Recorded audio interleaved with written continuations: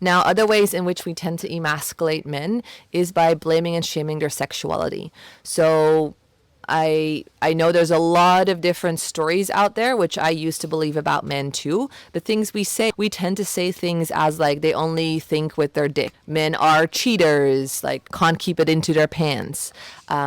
There's tons of kind of statements like this out there, which basically blame and shame men's sexuality.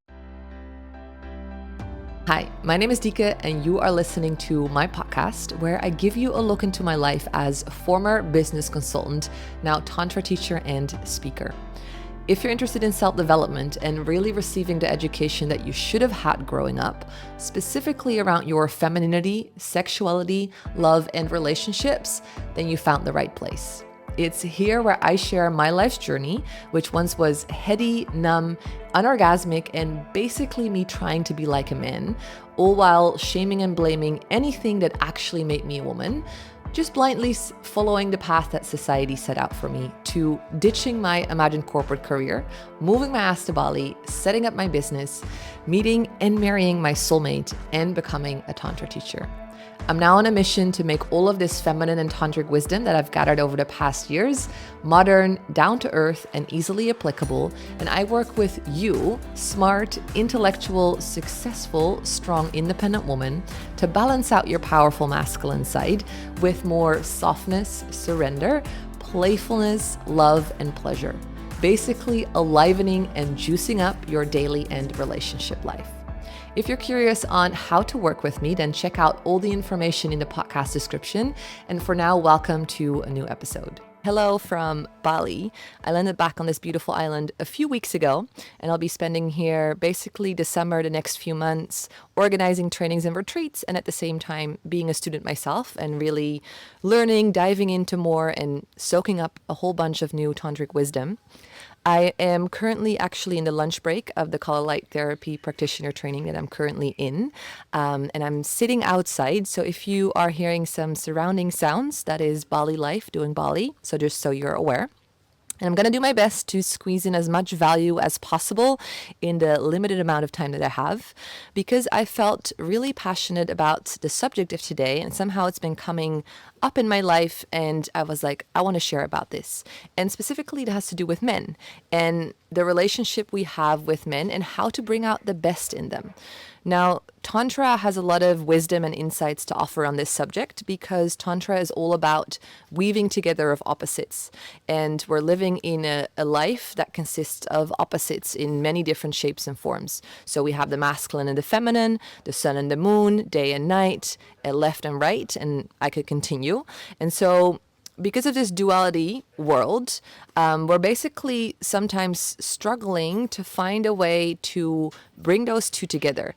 And specifically when it comes to one of the biggest opposites in life, or the thing that we bump in all the time because we're human and we're trying to interact and just do daily life.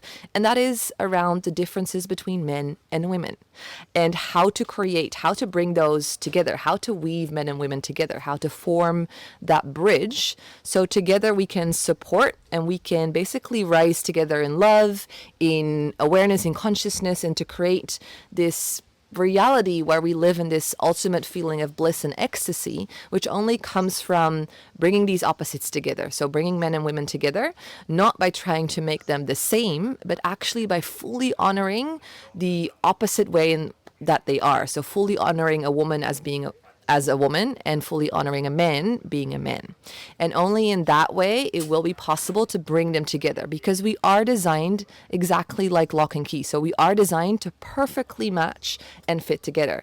But in order to do that, one needs to be fully a lock and one needs to be fully a key. If we're trying to adapt that, then the lock and the key don't really fit. And that's where a lot of friction comes from. And a lot of feeling of unfulfillment, like something doesn't work, something doesn't click, I don't feel understood. Like, what kind of language are you talking? Who are you? Like, you must be a completely different being.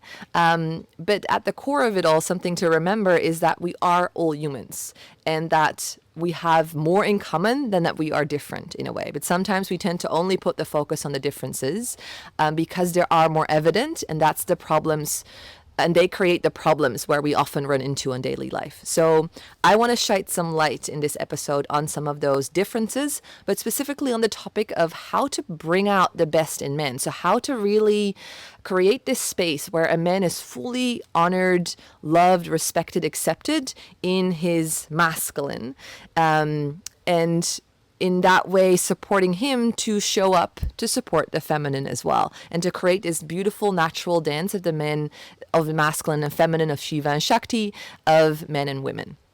Now, in order to answer that question, like how to bring out the best in men, I first want to shine some light from the basically the opposite side of that question onto how do we bring out the worst in men as women.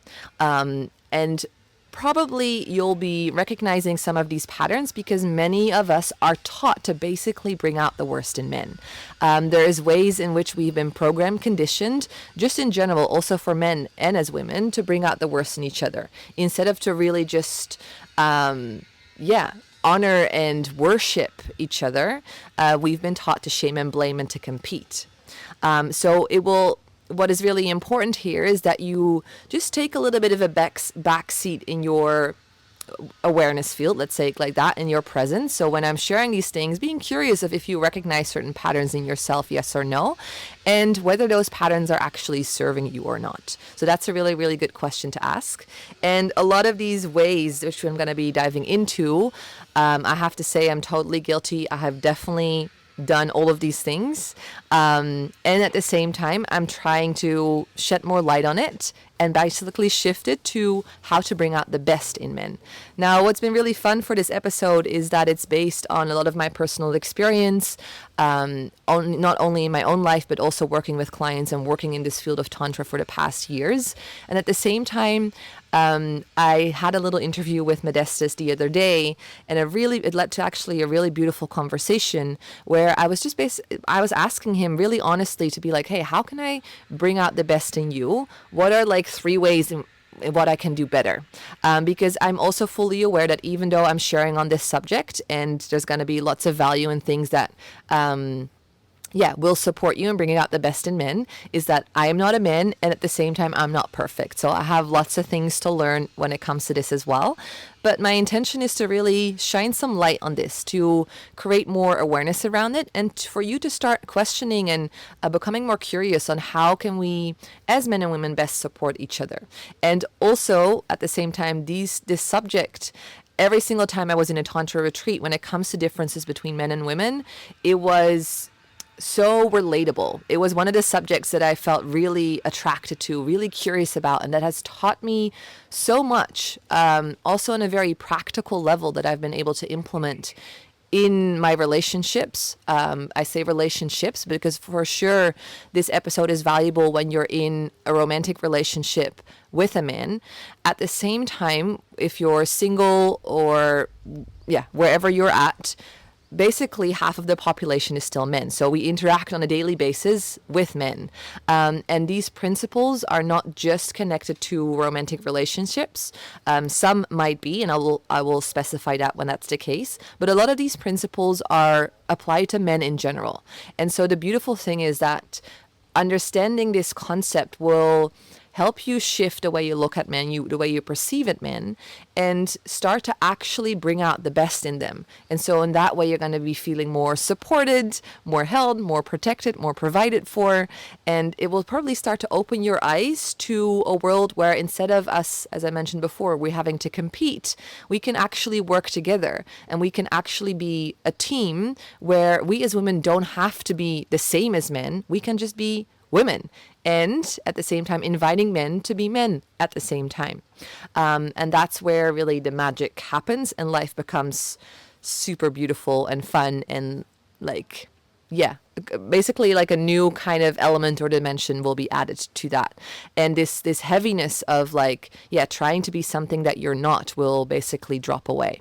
Because as women, what are we taught? In a way, we're taught to behave like men. The feminist movement, even though I'm all for being equal and having equal rights, what it at the same time has been doing is that it's not been actually honoring or activating or inviting feminine qualities and those feminine qualities being seen as valuable. No, it's been actually being it's pushed women to be more masculine, because only the masculine qualities are valued in this life. So, and as women, we are very adaptive. It's one of our superpowers, our adaptiveness, because we're constantly changing. And so we started to adapt. And as adaptiveness is one of our superpowers, if we set our like intention, our mind on adapting to something, we tend to be really, really good at that. And so that means that a lot of us as women have become really good at being masculine, at trying to behave like men, even to the point that sometimes we're like I wouldn't say better than men, but we've like almost mastered the skill and pushed men out of their role, like almost like, okay, you're not necessary anymore. And that's not true at all, because I also know that basically everyone that's listening here will have this longing. The feminine heart will always have this longing. The feminine has this like desire to just be supported, to be held. Even if you are a strong, independent woman, there will always be this whisper, this voice of you that's like, but actually, I would really also just like to surrender more and to let go of control and be led and supported and, fully like just be able to be in my flow and in my feminine. And that's just a natural desire. And by us pushing that away, by disconnecting from it and just being focused on being strong, being independent, doing our own thing, we've become so good at that we basically pushed men out of the way and not giving them any space, almost to the point that sometimes we've turned them in becoming more feminine.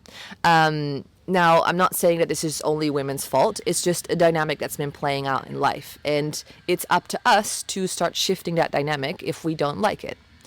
Okay, that was a little bit of an introduction into the subject, but let's dive into how to bring out the worst in men.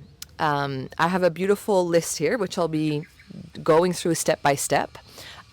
Also, what I wanted to share is that there's a book that I highly recommend, which dives also really into this subject.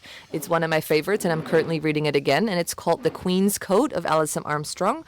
Alison Armstrong in general has a really beautiful body of work all around the differences between men and women, and how to bring us closer together, and how to understand women, how to understand men. So I highly recommend that.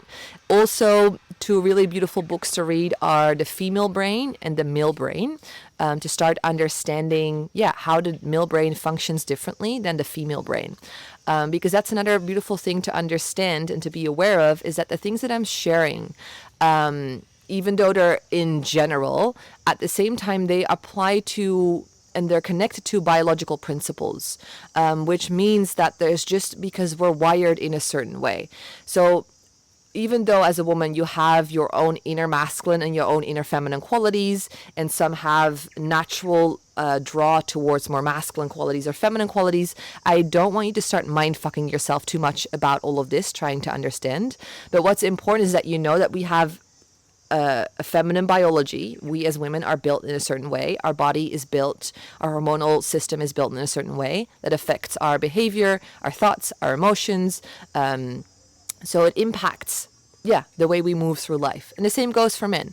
They are built in a certain way. Their biology works in a certain way. Their hormonal system works in a certain way, which affects their behavior, their mental activity, their emotions, their way of functioning. And so basically a lot of these principles and differences can be traced back to that instinctual nature. Okay, how to bring out the worst in men. First of all, I love the way Alison Armstrong specifically describes this, is that what we tend to do as women is treat men as if they are hairy women. Now, what she means with that is that we tend to treat men as if there are women that are misbehaving. Because and this is how we work as individuals, we have a certain way of being. Now, we live only in that little world.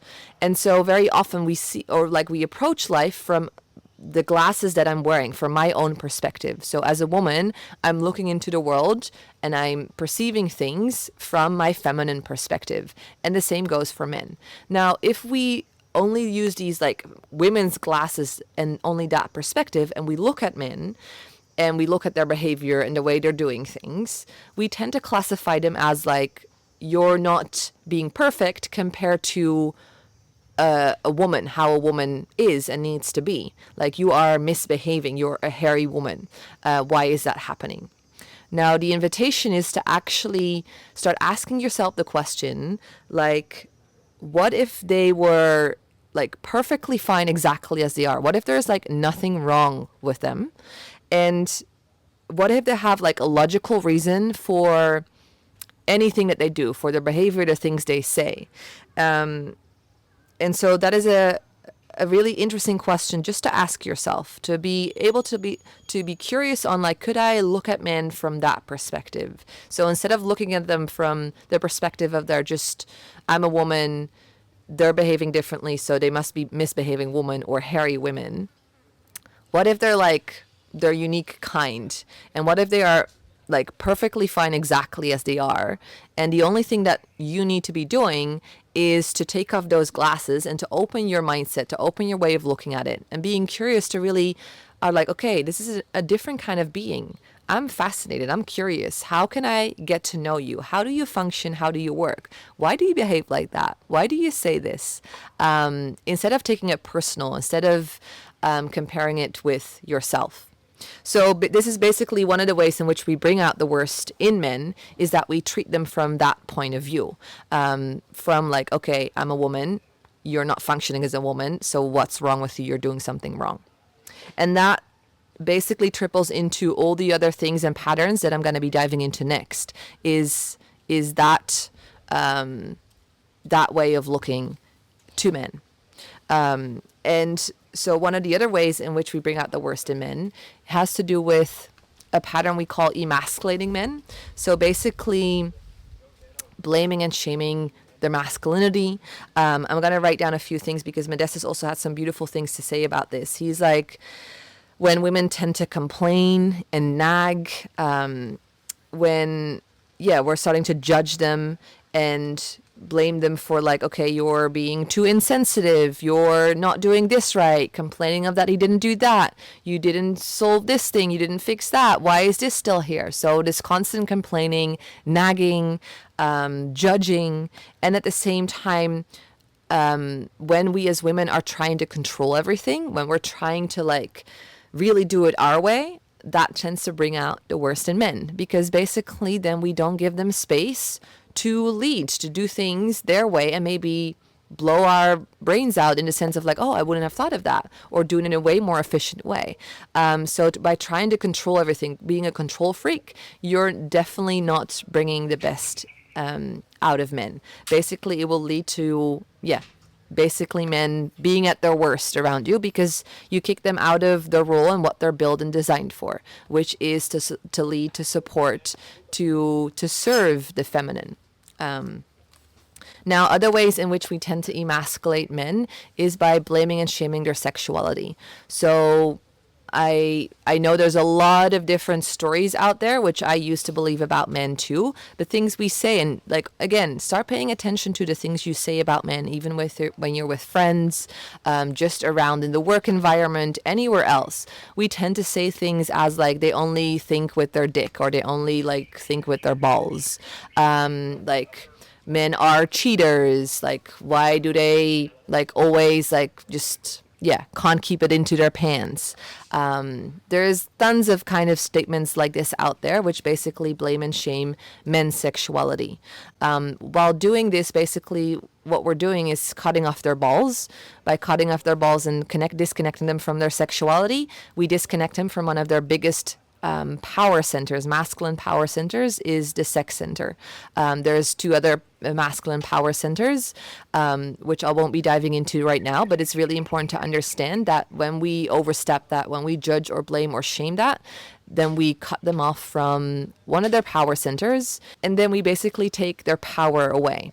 And what happens as a result is then that, okay, we tend to do that because we are afraid of men's sexuality, or we misunderstand it.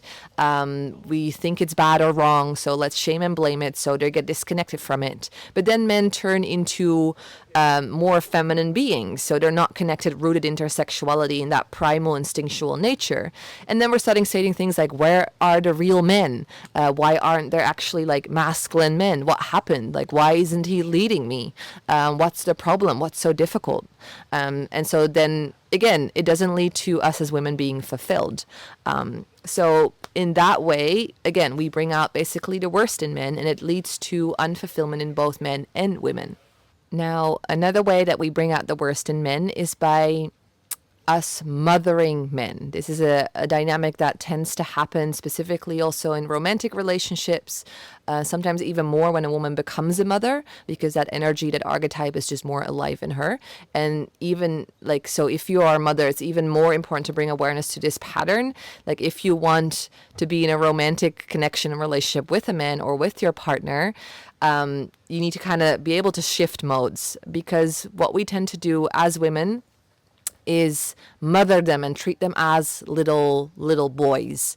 Now, when we do that, we don't really empower them to be men. We don't really invite that really strong, masculine, that kind of feeling. We don't invite that out of them. Instead, we make them small and little, so we can nurture and take care and be cute. Now, there is nothing bad in general with this pattern. Like one of the feminine superpowers is nurturing and caring for, and men love to be cared for and love to be nurtured. So there is a fine balance here. However, when it tends to lead into over caring, over nurturing, like starting to do everything for them, taking care of them all the time, and that becomes just like a normal thing, where it's not just like once in a while or with a specific intention or with really connected to love, but more with this kind of shadow feeling of just like keeping men small by mothering your men, or mothering men in general, like treating them as little boys. Now, this will definitely not bring out the best in men. It brings out the worst, in the sense of then they become like little kids, and then we are as women saying things as like men are just like little kids, like they can't really show up, they're never responsible, like why can't he just step up, like why, I don't know, does he need to play video games all the time? Like, what, is he a little boy? Meanwhile, we bring him lunch and breakfast all the time and cook dinner and treat him like one of our kids.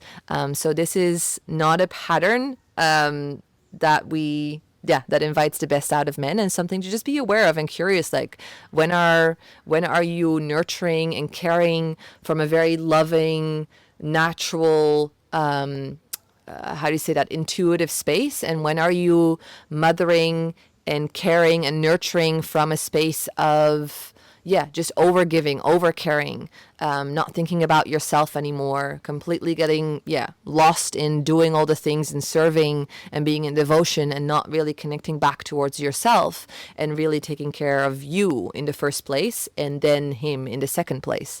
So just something to be aware of, and that basically flows into the next point, which basically Modestus brought into my awareness field, because I didn't really think of this one, but he was like, okay, how to bring out the worst in men. He was saying when a woman doesn't feel sexy. I was like, okay, can you fine tune a little bit? What does it exactly mean?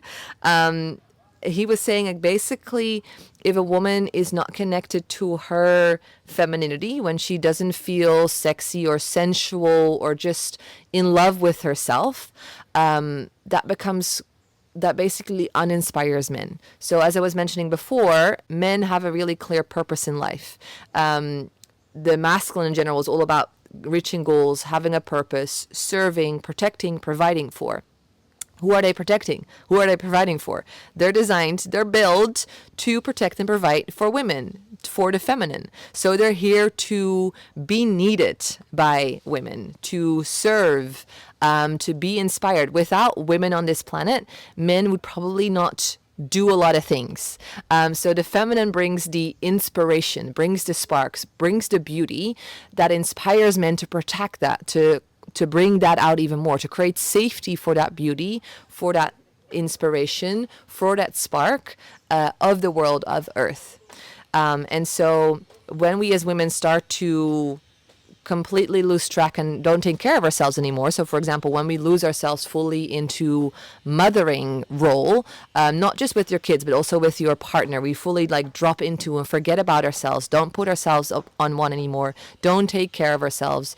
Don't fill our own cup, don't connect to our feminine power centers, one of them is your sensuality, is your creative energy, then what starts happening is that often how that represents itself in the outside world, and this is where Modestus was initially pointing to or starting, was, okay, we don't dress nice anymore, we become kind of like gray in our whole being, we don't really feel sexy or radiate that, and that brings out not a very inspiring part in men. Then men basically don't really feel inspired to act or to behave or to show up, to protect and to provide, and so that starts to over time bring less support out, so the worst in men. And to add to that, he was beautifully sharing that it's really hard for men to love a woman who doesn't love herself.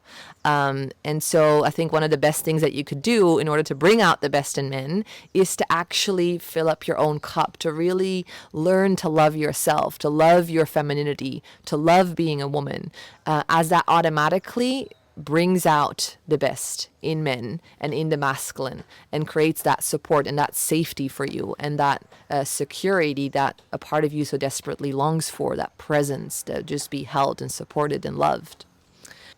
Okay, so now another common pattern that we as women step into that bring out the worst in men is holding on to resentment, basically holding on to little past pains, of little hurts, of saying things that even if we are hurt or our heart is like, oh, that was uncomfortable, we're like, no, I'm fine, everything is okay. So basically by hiding your feelings, starting to store these little hurts, and so like putting on a little armor, holding on to more resentment, kind of being like, I don't like that, I don't like that, and starting to blame and shame over time. This leads to becoming passive aggressive towards men. This leads to just things as saying like, well, I've been hurt by men all the time in my life, so why would I trust a man ever again? So basically not clearing out and moving your hurt and emotions, and then coming to the core of it and actually expressing a need or clearing something out, creating like fixing misunderstandings, because again, as men and women, we approach this world differently, and so that sometimes leads to misunderstandings which we hurt each other. That has happened. Now this is not something that needs to keep on happening. The more we become aware of how to support each other best, and at the same time how to take responsibility for when we got hurt or when something wasn't feeling right for us, learning to communicate that, but also learning to move through it. So holding on to little resentments is actually one of the biggest relationship killers over time. That really kind of, it's like this sneaky way that sneaks in of like, oh, a little thing, you kind of push it to the side because, I don't know, it's small, I don't want to get into a thing right now, whatever, I'm fine. And by slowly keep doing that, enough little moments in life, in daily life, in connection to your partner, at some point you'll have a mountain of resentment, which turns into anger, passive aggressiveness, becoming bitchy. For example, in the last soulmate training, we had a couple which clearly held on to so much resentment that now it came out in almost like we don't want to be together anymore, just in constant pain, that like even the smallest thing would basically trigger not just like a little bit of pain, but it will activate the whole mountain of unresolved pain. So then a little thing, as like he left a wet towel on the bed, suddenly was like a massive big thing where normally, that could be annoying. Okay, there is something there. Let's express, let's communicate, let's move this, let's understand each other, let's come back to love. Or that could have been, I don't know, a 5-minute little process. Now, because of so many uncleared resentment, it became like a lot of anger onto a small action, which then puts him also fully in confusion mode of like, what is happening? Because we tend to hide that resentment until we can't, and then we just start to become really bitchy towards men. And so this basically asks for a process in which you're going to be unraveling these past pains and hurts and clearing that and starting to de-armor the walls that you've built around your heart and slowly starting to open up. This was actually essential in me meeting my soulmate, meeting Modestus, was a journey of really opening my heart. Like, I even recorded an episode about how I met my soulmate in which I dive more into it, but it was essential because before I was more acting like a man in a way in interactions of like, no, I don't care, I don't need this, I don't want to be seen as too needy, or I don't want to be seen as attached. I'm a strong independent woman. And so I basically created a whole armor around my heart related to pain coming from my teenage years, where I first started to interact more sexually and romantically to men. And again, as teenagers, we don't get taught anything about sexuality or about differences between men and women or how to relate. Instead, we get taught, okay, put a condom on a banana and good luck. Now, that leads to us, getting hurt and getting traumatized in one way or another, often in our early teens, which then leads to basically, creating an armor of like, okay, having a shield on when we're connecting to the opposite sex, which goes for both men and women. But the only thing that you can do for yourself is to dive into that. And in order to like slowly start breaking down, crumbling down some of those walls and clearing out some of that resentment. Because by holding on to all of that resentment, becoming passive aggressive, bitchy towards men, blaming and shaming them, seeing them as like they're only hurting me, I can't trust them, they're unsafe, any other belief you hold about men, that's of course going to be bringing out the worst in men, in the sense of then they don't even have a chance, because you're now looking at men, every single man that you're walking into in your life, from those goggles. Now, I'm not saying that there might have been things happening which were totally not okay. But the behavior of one person doesn't have to define the behavior of the entire sex. So something to ponder on and to ask yourself, am I holding on to this past pain and hurt? And is that still serving me? Or are you ready to start seeing it in a different way and to bring in healing and attract healing towards yourself? Because also what this leads to is that we tend to attract men, like we attract a certain pattern, we attract a certain men because they mirror something in us. They mirror the pain that we have, or they mirror the lightness and the healing that we're carrying with us. And so if you're noticing you're attracting a type of men over and over and over again that you're not like fully happy with, it's like, why is it again this emotionally unavailable man, or why is it again this like not ready to commit kind of man, whatever it is, basically it mirrors back something that's happening inside of you, something that's unresolved inside of you, specifically when it comes to your relationship to the masculine, something that most likely happened in your childhood or in your teens, in your past, some sort of hurt that's unresolved. So this might not always be easy to point the finger back towards yourself, but is essential in order to not only create a conscious, beautiful, fulfilling relationship, but also to just bring out the best in men, in the masculine all around you, is daring to look inside of like, okay, what is happening inside of me that this reality is showing itself in front of my face? And if I want to change the reality, I'll have to change something inside of me, instead of keep pointing the finger to other people, specifically towards men, and blaming them. That's not going to change anything. And it also disempowers you. It not only disempowers men, but it also disempowers you, because basically you're saying someone else needs to fix that for you, meaning that you don't have any power to fix it. Now you do have all the power to heal and to change things. In order to do that, you have to point the finger back towards yourself and see where it's coming from. Now, very easy way to start kind of owning your feelings. And I think also Alison Armstrong describes this really like innocently as an example in her book, where this old grand lady that's basically spreading or sharing her wisdom around men. She's been married for many years. And what she does is like, if her feelings get hurt, if he does something or says something, she's not having these goggles on of like, he was trying to hurt me, but something happened and it hurt. And she will just say, ouch. And then he will be like, what happened? And she'll like, oh, this really hurt. And then straight away in that moment, giving the opportunity for him to support in the healing, to ask for what you really needed or to share what's really happening, instead of something happens, he says something, does something, oh, hurt, and then swallowing it, holding it. And he's like, are you okay? And you're like, yeah, I'm fine. And not sharing it. That doesn't give an opportunity for support to heal. You hold on. And again, that creates this mountain of resentments. For example, I can give an example also of an interaction between me and Modestus. I think it was a few months ago when I was in Europe and he traveled out to Thailand for a few weeks. And I was really, really missing him. And I was like, okay, what make me feel really loved and supported is if I wake up with a message from you. And I expressed that desire. And he was like, of course I can send you a message. I would love to. And I'll do that. Now, I woke up the next morning without a message from him. Ugh, this uncomfortable feeling. Okay, what can I do? Well, mine was saying, well, like, okay, there must be a logical explanation. Maybe he was busy, whatever happened there. But another part of me was saying like, oh, I don't like this. Like, I can trust him. You see, like whatever I ask for, I don't get it. Like, he doesn't love me. So there was like different perspectives going on. So I could have just been with my logical mind. Okay, I'm fine. It really isn't that big of a deal. Like, I'm still alive. Like, I know we're still in a relationship. Like, whatever. But another part of me was really like, oh, this hurt.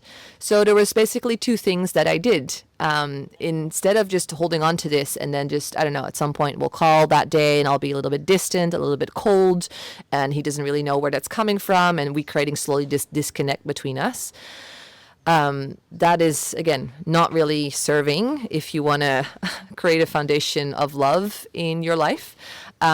So instead, I first of all owned my own feelings, and we have a beautiful exercise that we've been taught, a tool which is called the projection exercise, which really helps to, instead of point that finger out, to be like, but you didn't do this, you can't be trusted. It has this like you statement with a charge. Even though, yes, he said that he wouldn't do it. And so there's reason of why I'm feeling that. Again, these feelings are happening inside of me. I'm making myself feel things. He cannot make me feel things. That's not how it works. This is also key to understand in for a conscious relationship, is to understand that you're making yourself feel something. So the fact that I feel discharged and want to like basically blame or shame or say you means that, okay, there's something inside of me, most likely that not only has to do with this specific situation, because it feels way more painful than what the situation calls for. So in that sense, I had to do my own little work, projection exercise, to dive in, to release, to understand where it's coming from. And basically I unraveled a pattern where my dad would go travel a lot and I would really, really miss him, and I would not have a way to be in touch with him or to express that. So I resolved and did my own inner work. And then when the next time we called, I communicated, I shared of like, hey, we said this, and it kind of hurt when I didn't woke up without a message from you. And I was initially really, really hurt, and I did my work and I found out it's connected to my dad. And at the same time, I'm like, yeah, can you like share what was happening from your side? Or can you just share that you really love me? Because all I want is just to be loved and to feel supported and loved by you. So these are ways then you give the opportunity to, in the moment, for him to apologize, or for him to just hold space or share love, and for in the moment to resolve that, so it doesn't become a bigger thing, something that kind of lingers underneath the surface. Now, lastly, one way in which we bring out the worst in men as women is to be disrespectful. Respect is a really important word and theme when it comes to men. So to be disrespectful, to be ungrateful, and to, basically taking him for granted, not really honoring and being grateful for the things that he's doing, providing. And so when we start to become ungrateful, when we start to disrespect him, start to judge. Also, again, this is closely linked to emasculating men. When we start to, behave basically the opposite of being respectful, being grateful, being loving, and we start to just nag and complain and blame and shame, this leads us down a path where really we start to bring out the worst in men, where they don't want to do anything, where they don't want to move off the couch, where they don't feel inspired, where they don't lead you, where they don't feel like showing up. So a way in which to bring the best out in men. That's actually what we're going to be transitioning into now. I already gave some like little insights and things here and pointers, but I'll walk through it step by step. But really, one of the ways to bring out the best in men is to honor, to worship, to be grateful, to say thank you for a lot of things, and to really make him feel needed. I had this really fun little reel that Modesta sent me, which was talking about how it's really important for men and also women to feel needed, but even more so for men, which is linked to, again, the masculine being designed to support the feminine, to protect, to create that safety, to provide for the feminine, and to protect that beauty and the radiance and the aliveness that the feminine brings in. And so without that purpose, men will basically be disconnected from what it means to be a man, will be disconnected from their sense of, I have a reason to be here. And then they become either very risk taking and just like throwing away their life, or they're just becoming couch potatoes and not wanting to do or show up for anything.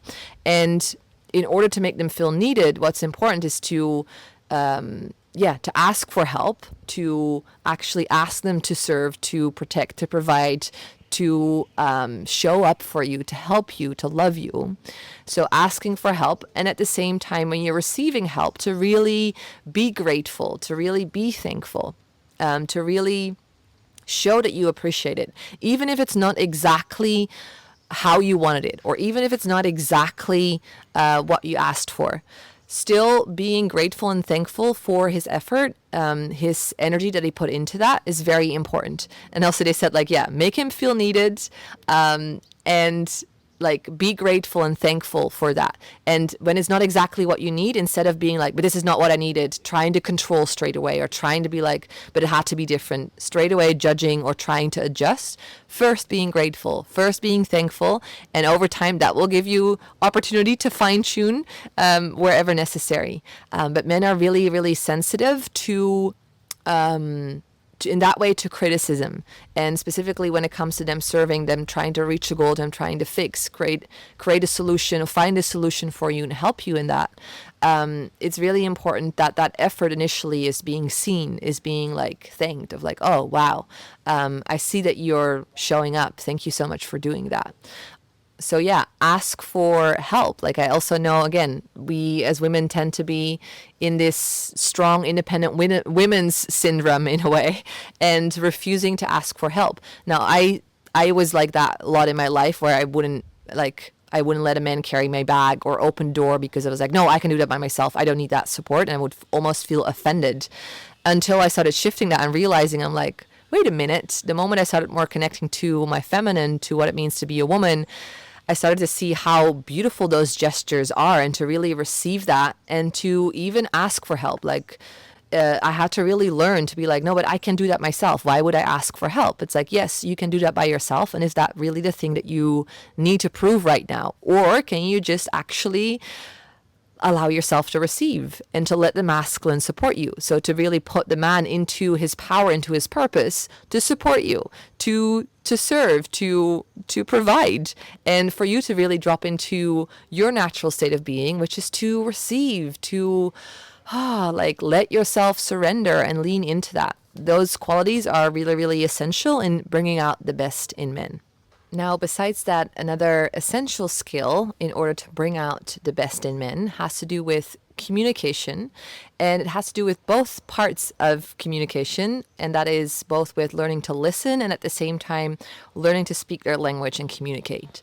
Now, specifically when it comes to listening, really learning to listen to men, giving them space, is gonna open up a whole new world. If you can find the patience for that, and just the presence for that. Because Alison Armstrong so beautifully describes, it's like a man will always tell you when he's finished sharing, and specifically because his brain, a male brain, is more single focus. That means it's more focused on reaching goals, on fixing, solving things, going into a straight line to a certain way, where the feminine brain is designed, which is called with diffused awareness, meaning that we are constantly aware of all the little things around us. Now, one of the most common things in which this creates kind of like tension between men and women. A very like straightforward example of like when men and women are living together, you often hear this complaint of women of like, how can you just like walk in, or how can you just sit here and not see the million tasks that need to happen? How can you not see that the dishes need to happen, the trash needs to be thrown out, this needs to be cleaned up, why are there dirty socks on the floor here? How can you just be like not aware of that? And then sometimes what happens is that a man will walk into a room and he's like, okay, he came into the room with the intention of, I need to grab my phone, I forgot my phone, let's grab my phone. He will walk into the room, grab his phone and walk out. Where for women, we would walk into the room, we came in with the intention of grabbing our phone. The moment we stepped into the room, forgot about grabbing our phone because we see the million other tasks that still need to happen, start trying to fix those, and then at some point need to go, still not having our phone with us because we got distracted or we got focused on different things. So this is the result, in a way, of how our brains are designed differently. And so specifically when it comes to when you ask a question to a man, what we tend to do as women is like, okay, we asked a question, they might not respond straight away, so we rephrase the question quickly. They still are like not really responding, so then we give multiple choice answer, and then at some point he's already agitated and doesn't really want to share, and we're like, what's wrong, why don't want to answer? And it becomes this like, again, agitation field. Now instead, what is going to be really helpful is that you ask a question and then you listen. You really are patient, you pause, you're just being present. Even if there's moments of stillness, you just hold the stillness, you're not rephrasing it. Because his single focus brain, you gave him a question, that means, okay, single focus, I need to answer this question. So he will dive deep and try to do his best to get the best kind of answer, the best solution, the best whatever, because he really wants to show up for you. Now, if you start changing course midway, straight away, then his brain is like, but we're going there constantly, like, then it suddenly has to reshift. The question got rephrased, then again a reshift, and it becomes really discombobulating for their system. Like again, with our diffused awareness, we are aware of all these little things. We can, in that sense, our brain like fires all the time, is multitasking. That is not the same for men. So in order to bring out the best in men, it's essential to learn to listen. And as Alison Armstrong so beautifully says, is like a man will basically always tell you when he's done sharing. He will tell you, okay, yeah, that was it. Or, yeah, I'm done. Or in whatever shape or form. So I'm going to give you this experiment to try out. If you ask a question or interact with a man, learn to listen. And what happens as a result is that men often we be like, wow, I felt so listened to. I felt so important because she was fully there with me. And that brings out this natural motivation to show up, to be more like there for you, to serve, because he felt valued in his masculine being, in his needing to come up with an answer or to share, really feeling seen. Now, on the other hand of communication, conscious communication, there is, and I'll call this framework, I feel, I need, that will provide me with. It's a super simple trick, but it's really key and very handy when it comes to communication between men and women. And so specifically, if there's something happening and you need something, what really helps is to share like, hey, I feel this, or this is happening for me. I need this. Often that's where we stop. Like we are still able to, okay, this is how I feel. Sometimes we don't even know what we need, but like, okay, many of us still can ask for what they need. And then we don't share, this provides me with. Now, again, the masculine brain is really goal oriented. It's looking for that goal, that answer, wants to fix, wants to solve a problem, wants to provide, wants to understand what the result is, wants to understand if it's the most return he can get on his investment, let's say it like that. Is it the most efficient? So if you provide him with all of this information, he will be more easily able to tune in if that's something that he can offer, if that's something he can surely be present with and show up for. So you say, I feel, I need, and this provides me with. So you give him the result, the outcome of when he does that. So I feel sad, I need a cuddle, and that will provide me with this feeling of love and just, shine and radiance. So then he knows, okay, do I want that outcome? Yes, I would love to let my woman feel loved. That's what I'm here for. That's why I'm in a relationship with her, because I love her. So she gives me the opportunity to love her. Okay, for that I need to do this. And then it's way more easy for him to show up for you in that way. So keep these two little tricks in mind and try it out. And if you do, let me know how you go and what the results are. I would love for you to share that with me because I'm super curious to find out the results of your experiment. So feel free to reach out and to send me a little message or even questions that come from that. Now, to wrap up, I want to share two more things that absolutely bring out the best in men. I've kind of already mentioned them during the podcast, but just want to put them into a spotlight. One of them is by you being in your feminine, by you being truly a woman, connecting to these feminine qualities of surrender, being able to receive, your sensuality, your radiance, your shine, your creativity, connected to your heart, your love, your intuition. The more you are fully honoring and loving those parts of yourself and fully stepping into your feminine power, the more you will invite men to be in their masculine power, to be that support, and to be that mirror, that opposite, so you can actually weave together to find that ultimate blissful, truthful feeling that we're basically seeking for or trying to achieve through Tantra and Tantric wisdom, applying Tantric wisdom in relationships or doing Tantric meditations and practices. And to really get that embodied experience. So this is not something that you can just read a book on and that's it. You'll have to do your own inner work to connect to your femininity, to your fluidity, to your emotions, to feeling, to your heart, to love, to having an open heart, to your creativity, your menstruation cycle, connecting to your intuition. And that will naturally really invite the best out in the men around you, wanting to serve, to support you. Like, to give an example, super simple thing that happened a few weeks ago when I was still in Europe. I also shared it on my Instagram when I had the bus by myself because Modestus was in Lithuania and I had to go wash it. I've never washed a car in my entire life, so this was going to be the first time. So I was like, okay, I'm not sure how this is going. I kind of postponed it the entire day until I drove into the car wash finally. And I saw how I had to turn back with the car. And I was like, oh my God, this is going to be so challenging. And there were 3 men standing there. They saw me struggle. They straight away offered support. And eventually they ended up even doing the whole washing job for me. So unexpected. So like, where does this come from? And it just felt like this beautiful confirmation in a way of how the masculine will show up in your life if you're daring to be feminine. Because there was a moment there of like, I don't need their help. Can I trust them?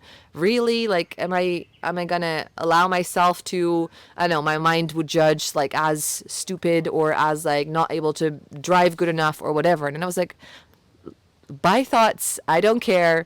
I love receiving. Yes, I'm saying yes to this offer, this proposal. And therefore, yeah, really, really being in your feminine power, connected to your feminine, in your softness, in your heart, that will definitely, for sure, bring out the best in men, in the masculine, in your not only romantic relationship, but also the men all around you. And then lastly, the point around a man's sexuality, how essential that is for it to be honored and valued, because basically their sex center, it's the root chakra. That's a masculine positive polarity, as we call it in Tantra. That means this is a man's power. He gives through this, and the woman gets to receive the gift of the masculine when it comes to this center. You can see that actually physically represented in the body by the lingam, man's penis, going outwards. While we have our vagina, it's like inwards. It's like literally an open space in which we get to receive. So it's really beautiful. I found that really mind-blowing to see that these principles are not just like woohoo principles. No, they're actually represented in the physical body as well. So anyways, the sex center is a man's power center. That means it's linked to this instinctual primal nature, to sexuality, but also to security and safety. And this is often something that we as women long for, to feel that safety, to feel the presence, to feel the security that the masculine or men can provide. Now, as again, bringing out the worst in men is if we cut off and fully shame and blame his sexuality. Now, what is essential is that we worship and honor, specifically if you're in a romantic relationship. A really easy way to do this for or with your partner and then see the results that come from that is to physically worship and honor his lingam. That doesn't mean you need to now give him a blowjob or jerk him off, because that's sometimes confused, because that's the only way in which we know what sexuality means, is more like the physical act of it. But there is also more of an energetic way, and it's really like this dropping into your devotional space. And we sometimes, that means like actually physically bowing down or placing a hand on his sex center, on his lingam, and just like bowing down, holding space, like with this, bringing all your love and attention towards this like honoring of this center of his body, of this power that he brings in. So this is something you can definitely do with your romantic partner. Now, if you're not in a romantic partnership, it's not that you're just going to like, okay, can I honor and worship your lingam, place your hands there? You won't do that with a random stranger. But start paying attention to how you are blaming, shaming, having judgments around men's sexuality. And yeah, seeing where those are really coming from, and if those are something that you want to keep on believing about men and their sexuality. Because yes, we have a lot of difference, or there's a difference and sometimes a discrepancy between a female sexuality and male sexuality. But that doesn't mean, again, that it's bad. Again, we're not looking at men from the perspective of like they're hairy women. No, they're men. So what does that mean? How can we understand that? How can we create space for that? How can we honor that? How can we worship it? Because in the end, we do want the security and safety that they provide. The feminine longs for that power, to feel that support. So basically shaming their sexuality and blaming it, it's not going to work. So doing the opposite is essential to bring out the absolute best in men. Thank you so much for listening to this episode. Now, before you tune out, if you felt inspired, enjoyed listening, had some beautiful insights, I would really highly appreciate it if you could leave me a 5-star review or share the episode with a friend or on your social medias. Also, as always, please feel free to reach out to me with any questions or anything you would like to share. You can do so on my Instagram at Dieketerweel. That is DIEKETERWEEL. Also, if you're curious on how to work with me, then make sure to check out the information in the podcast description. And for now, I hope to see you in the next one.